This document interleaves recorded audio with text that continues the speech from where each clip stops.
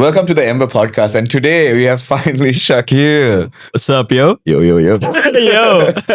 Right, so I know Shakil for many things, right? We've been friends for years, and we've gone through so much together. But I want him to explain, who Shakilo is. Why don't you go ahead? Yeah, that's a really good question. Who is Shakilo? Who is Shakilo? Shakilo has always been this sort of like a creative since he was a kid, but kind of lost his path along the way. How early on? Like probably when I was like 12, 13, always been into mashups, making music. Okay. I think that's how you got to know me as well. Probably like DJ Shakilo. Shakilo. Yeah. And I think I've always wanted to make a lot of money online or like just money in general, right? So I think I thought the best way for me to go through that route was probably finance. And I eventually actually got into like wealth management. I managed close to 3 billion rupees. But I realized that industry was like kind of sucking up my soul and energy because I've always been a creative. Whereas with finance, I was more of like told to do what I'm supposed to do. It felt forced. Like, where do you think that came from? Like, was it just like the fact that it's like that in Sri Lanka? Or is it like, because we studied abroad, right? You studied in Malaysia, and that's where you did finance. You learned about finance and how to do certain things. And at NDB, you had like mentors, you had people guiding you. But that creative in you that you were talking about, right? Like, why do you think that creator was suppressed?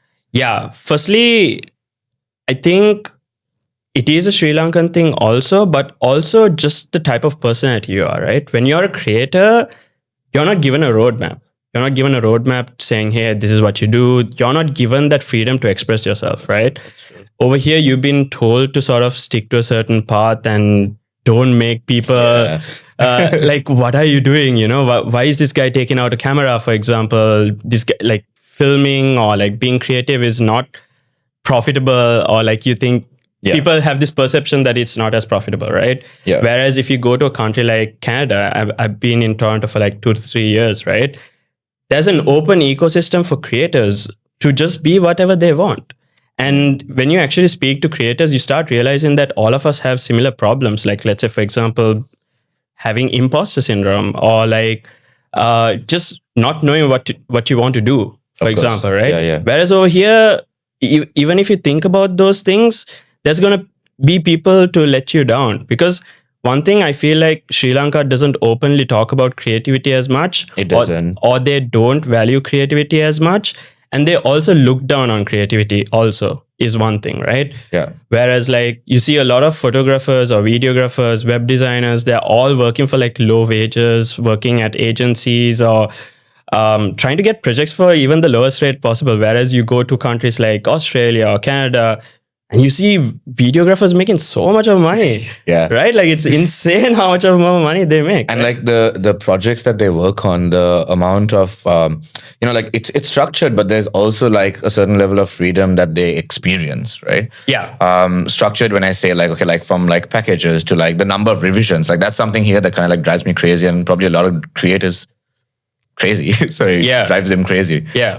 Like the amount of revisions, you send one thing and it's not that they don't pay for art. They don't pay for that creativity. They pay for the process of that creativity. Like, for example, if I want a video made and I hire a videographer, right? Yeah. I would hire a videographer for his vision rather than his tools, but it happens to be so where people just like would instruct people, no, do it like that, do it like this. We don't like that, and those revisions add up to a lot when, you're really breaking and killing that person's creativity, Yeah. So, okay, we know Shakil as the creator. That's fair to say? Yeah, that's fair. Fair. So what are you doing now? Like, what are you doing now? Yeah, so I would say like the main thing was I was in finance, and that was the path I thought I was going to get into, but I actually pivoted, right?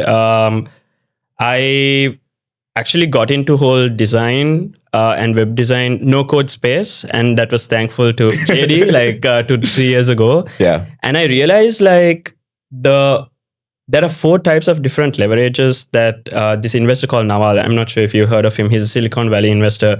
He talks about 4 different types of leverages. The first is people. The second is capital. And the last 2 is basically code and media, right? And even these 4 types of leverages can be brought into 2 different types of leverages. Right. So people and capital is something where it's permissioned, which means that you need other people's resources to actually do something, to actually build something, right? Whereas the last two, bro, like if you look at like code and media, you can build something by yourself. And you don't need an investment necessarily. You don't need an investment necessary. And you can also distribute it by yourself. And you can build like a portfolio of those things and you can just become a millionaire overnight. So I realized like that's where the true leverage comes in, right? So you actually introduced me to design, which I'm really grateful for. So I actually started building like a bit of like websites on the side and all of that stuff. But I started realizing that I wanted something more. And I was in Toronto and I actually got exposure to a couple of people in e-commerce space. I couldn't get that exposure in Sri Lanka. We'll get that. We'll get to it eventually. Yeah, for sure. But when I was in Toronto, I got exposure to this 20-year-old kid who was doing $200,000 a month at the time. And I told him, like, I took a chance on myself and be like, hey, dude, you're absolutely crushing it in your space. And I would love to provide some value if I can, right? Yeah. And then within a week or two, he sent me a message on LinkedIn and then he was like, what do you do? And then I was like, hey, dude, I build websites and stuff and I would like to work with you. Like, so is that what you do now? Like you build websites? Yes and no. Okay, we'll get into that. Yeah, we'll get into that. Yeah. Okay. So actually, I think the gateway for me to get into ecom was design.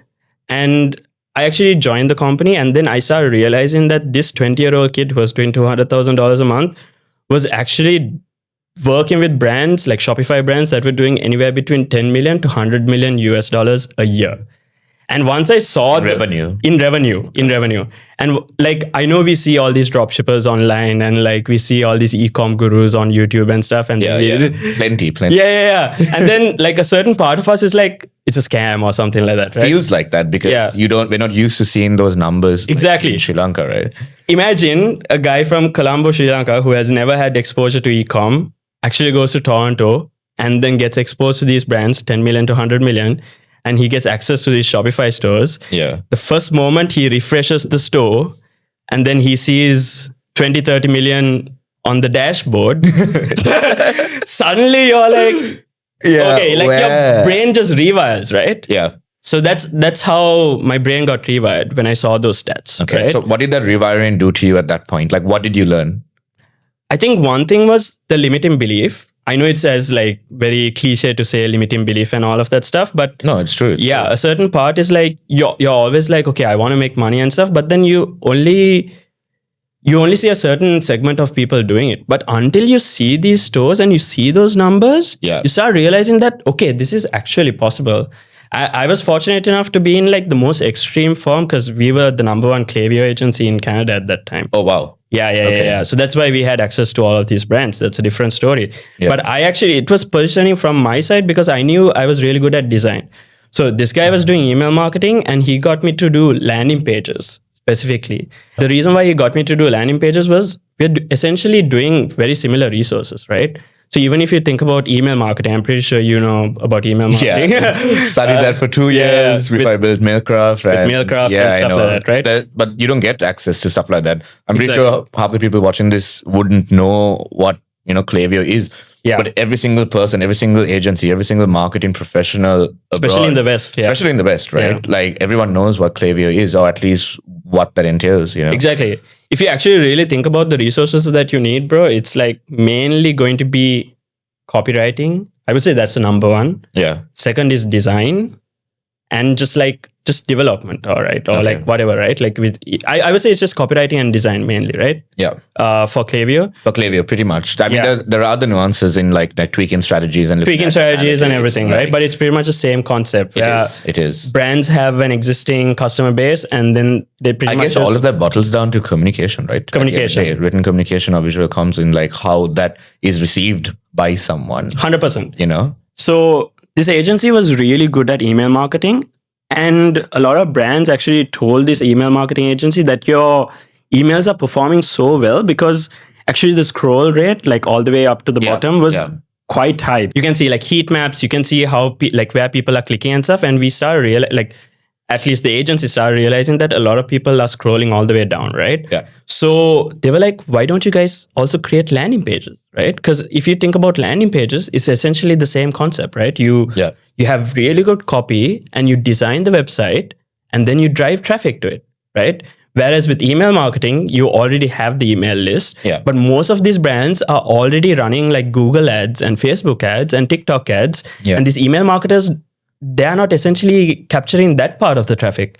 They're only capturing the traffic of like the existing email customers. I mean, email is known to be like a retention tool and a tool to build loyalty and like follow up like that, right? Exactly. And to nurture existing customers. So like you're talking about new traffic. You're talking about new customers. Exactly. You're talking about people who probably never interacted with your brand before. Yeah. So if you look at like the funnel, right? Like I would say email is like more towards the most nurtured. Yeah, the last stage of loyalty. Last stage, right? You got your awareness, you got your consideration, Exactly. you got your conversion, which most people stop at. Right. But then you've got loyalty, right? Which is where you nurture these existing customers. Exactly. So yeah, email does fit into that. But like, where does everything else you're talking about, from like paid ads to these visual comms and everything else that you're doing right now, where does that fit in? In terms of the funnel, I would say this is more in terms of like the earlier forms of awareness with your consumer, because most of the people, they are aware that they have a problem, but they are essentially not solution aware. Right. So the entire point of us running ads or like creating landing pages is to get them from that stage all the way up to the below stage where conversion is more possible, right?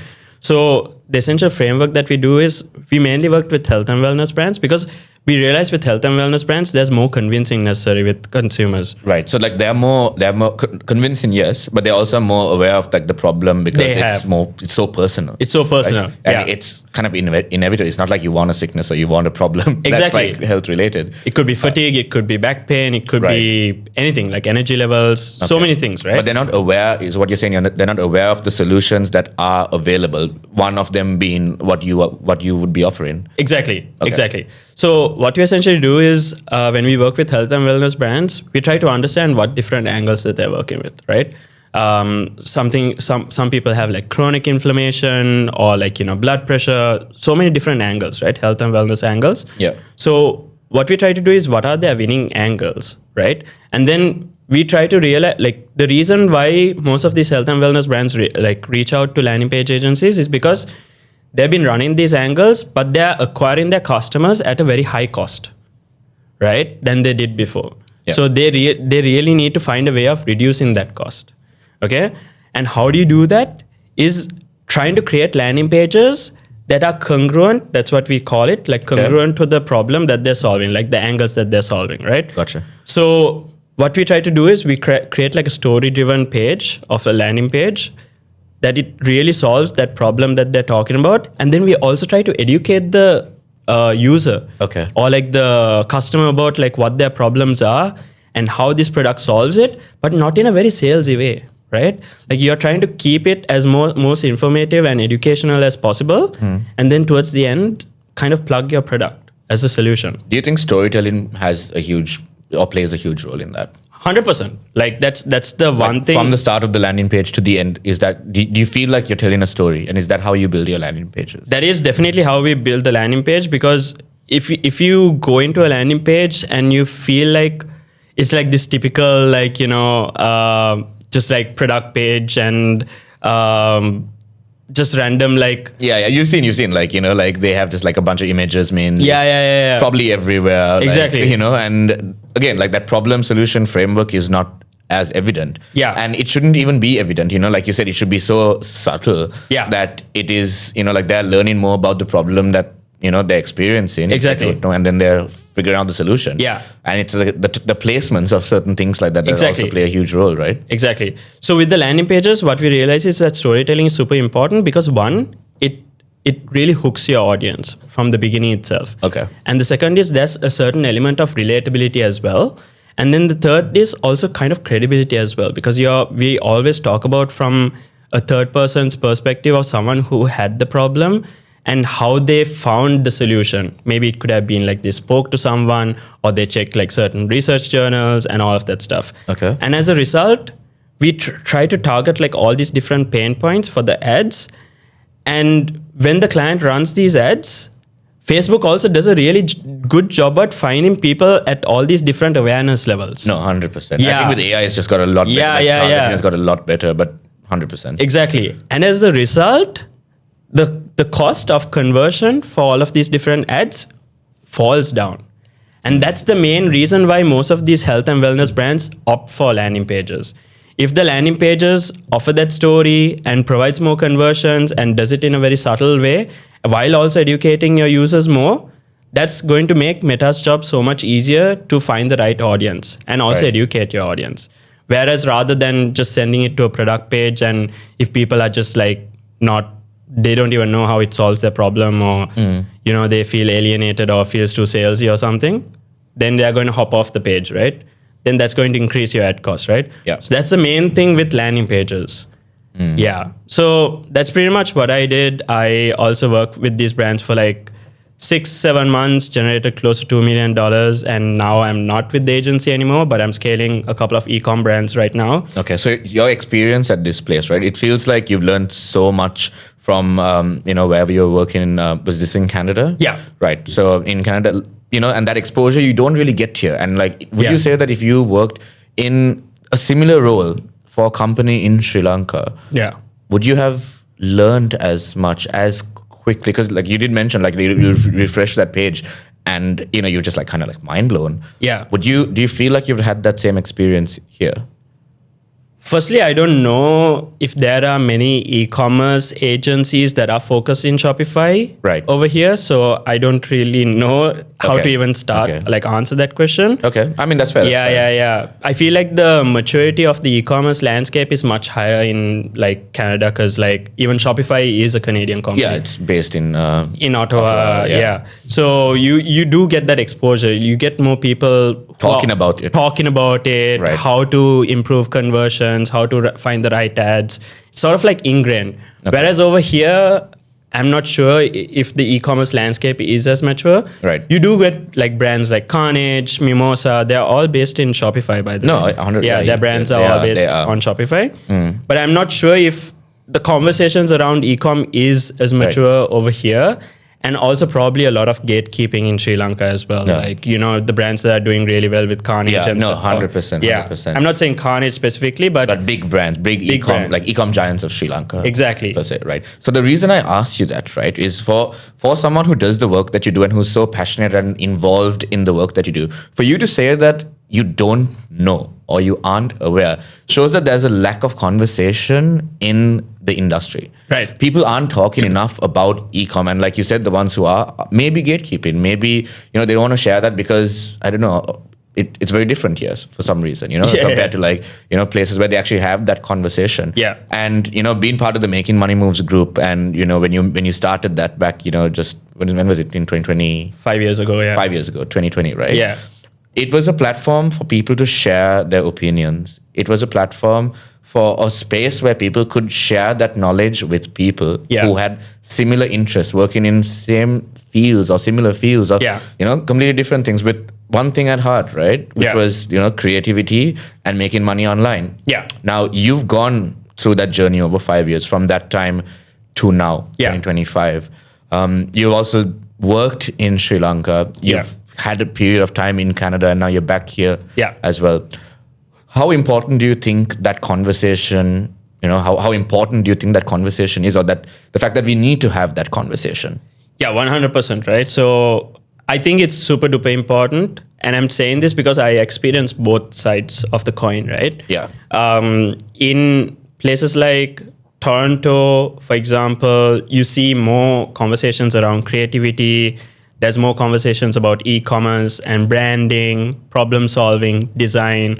All of those conversations are already, I would say, more of like more spoken about in Canada. Whereas over here, I'm not throwing any shade or anything, and I'm not talking about any particular community or anything, but I feel like we are too product and technical focused, and there's nothing wrong with it. But I just don't think that it's the main thing that 90 to 95% of the startups need to be doing over here. Okay, interesting. Yeah. Do you want me to elaborate? Elaborate, that's fine. Yeah, so when I look at like the typical person over here, they're just mainly talking about product, and like technical jargon, like, you know, using the different industry languages, like, coding languages and all of that stuff. And I'm not saying those are wrong, right? Like those are definitely tools at the end of the day. And at the end of the day, you still need a product, right? But what's the point of having a product if nobody's going to buy it, right? Yeah. Right? You what's the main thing that you need at the end of the day? Whether you're building an e-commerce store or you're building an agency, if you're building a SaaS company, a coaching business, any online business for that matter, right? Yeah. What you got to do is try to perfect distribution at the end of the day. Right. And one thing I realize in Sri Lanka is most people are too stuck in their ways in terms of understanding product. Product is not wrong. Product is so important. It is important. But like you said, there are so many other determinants of that success, right? Of that conversion. And you know, like you said, like it could be anything, right? But like distribution for me, and even I've experienced that, right? Yeah. And my ideology of distribution has changed so much because of what I've experienced so far in life, you know, as a marketer, as an educator, whatever it may be. Because like you said, I think it all roots down to that, you know, like that funnel of awareness. If you don't distribute, you know, your content, or like, and nowadays it's content, right? But like if distribution doesn't exist, how does awareness exist? I think in a way we're kind of also skipping stages because when I looked at like Disrupt Asia, firstly we are talking about product.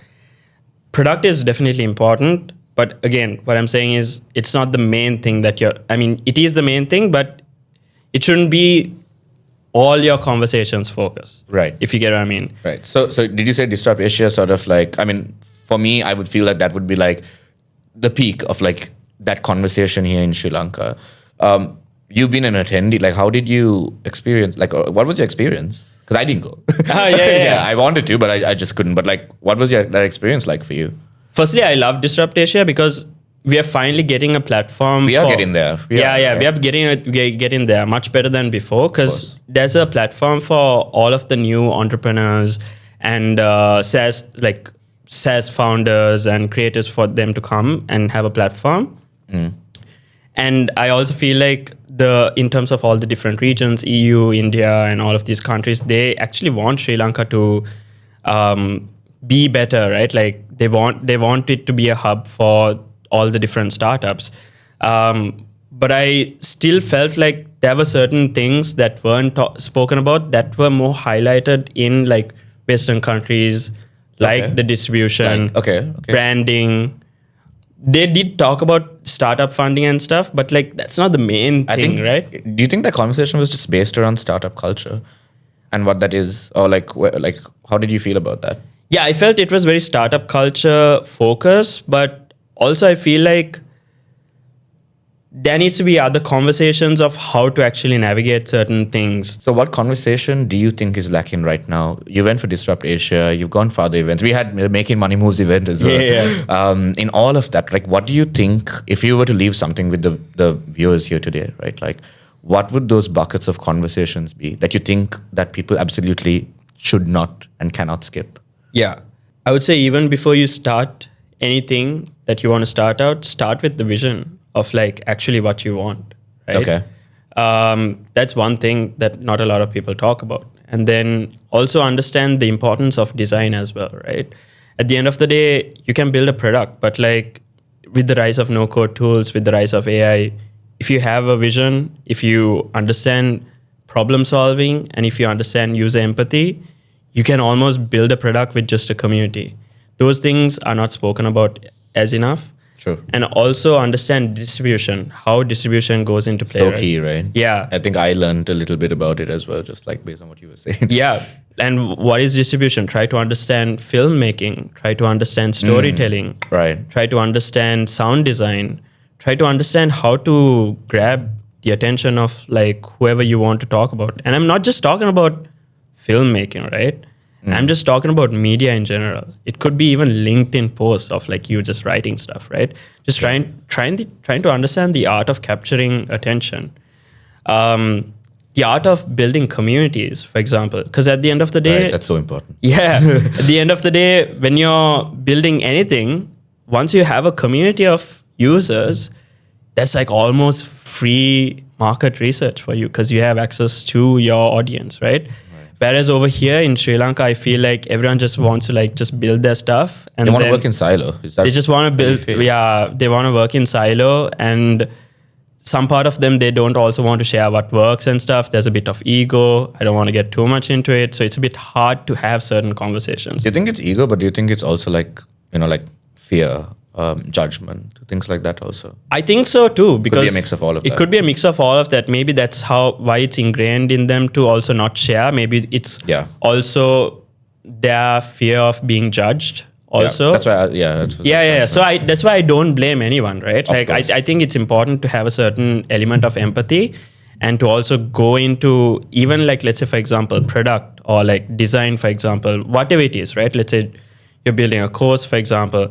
I think it's important for you to go in with the mindset of problem solving and also knowing how to design. Yeah. When I say design, I don't mean just like graphics or anything. I'm just talking about designing their experience. It doesn't matter like if you're building a SaaS or anything, like even when it comes to like just the landing pages JD sends out for your course, or even it's just a simple WhatsApp group, right? It doesn't matter, right? At the end of the day, design is problem solving and having empathy for your users, because at the end of the day, when you're very intentional about your design, people can feel it, right? I feel like that's super duper important, bro. Like just designing your environment or designing your product or designing for a problem that you're solving for a specific community that you're building. And then after that, bro, it's just a matter of distribution and putting a price tag on your whatever you're designing, whether it's a course or whether it's e-com products or it could be anything, right? Subscription-based service. Subscription-based service, right? At the end of the day, it's design. Even if you're coding it, it doesn't matter. Like just have some sort of product, right? It could even you go into like PETA or something and selling something, and it's still you're designing something like a physical product, and then you're putting a price tag on it. And then after that, it's just distribution. You ask like people from PETA, hey, or something, right? Like it doesn't matter what it is, but I would say when you look at it from this, you're not looking at just a startup dude who's always about SaaS and looking for funding or anything. It could be any creator, right? Like for example, Mahika, your fiance, she loves baking, right? She loves baking. I love that she loves baking. Yeah, and that's a problem that she's solving for many people, right? And like if that's how she designs her experience, she could even create like a landing page, or she could even create like a small product page, or even talking about her story, right? Right. All of that is distribution. That is distribution, and then sending it to her. Yes, it's distribution. Like what I love about Mahika is that she makes content regardless, right? That's ingrained in her personality. At the end of the day, if she can also design the back end of whatever her offer is, whether it's just a landing page or like a website, just talking about her story, showcasing her process, how like all the different cakes she makes, that's going to be the design element of it. You get what I mean? Yeah. Yeah. So I feel like once you look at it from that perspective, these are the type of conversations I feel like is lacking in Sri Lanka. Yeah, of course. That almost any creator can solve. I can give this example to anyone, like almost different verticals, but this is the fundamental bigger picture thinking that you can use. Yeah. Just be really good at design and problem solving, empathy, storytelling, and also building a community around whatever problem that you're solving. Yeah. I think put a price tag on it and then distribution. Everything else is distribution, bro. Those are some crazy buckets of conversation that I think, like I 100% agree with you that these are things that we should all be talking about. Yeah. And I think the Making Money Moves group is such a good group for that conversation. Like I've seen so many people, like learn, more than anything, just like learn. And I think that's what Ember is, all about as well. Yeah. Just learning, always learning, wanting to be better, wanting to not even be someone else, but be better than that person, by putting all your experiences together. Yeah, leaving ego aside. Yeah, like I don't believe in ego, and I know you don't believe in ego, which is why even the group, it's come this far because we've always just been sharing our wins, our losses. I think that's something that's so important. Everyone wants to share wins, but they don't want to share losses. Exactly. Right? So I don't know. It was just, I think we need to jump on another episode because there's so much that we need to talk 100%. about. And, comment away if you want like another episode and, Shakilo to be back. to maybe unpack each of these one by one Yeah. and have that conversation. I can talk about this forever. We can talk about it forever. Yeah. But yeah, I'm just so happy that we've at least had this first conversation. Yeah. And like there's so much more that's going to come up. Yeah. Right. And with Ember, even I have such big plans to make and start this conversation, Yeah. and like I can't do this alone. I'm 100% need the help of everyone around me, like-minded people who are, like in the last, I would say at the Making Money Moves event, right? We spoke to so many people who are doing crazy things. Yeah. Right? People don't know. I think that ties into distribution as well, right? Yeah. But it's just I'm just so thankful like that you were here talking about this. And like I said, guys, comment away if you want Shakilo to come back for another episode, because like I said, like there's just so much to unpack. Thank you for having me, JD. I think conversations about branding, creativity, storytelling is super duper important, and these type of conversations aren't being spoken about as much in Sri Lanka. So it goes on to show how much of a need there is in the market as well. So I'm really rooting for you, JD. You've always been there for me, and I'll always be there for you. So hope the community gets as much value as they can, of course. Let's hope it's just a start. Yeah, it's just a start. Yeah. But with that, let's end for today. Thank you so much, guys, for watching and listening.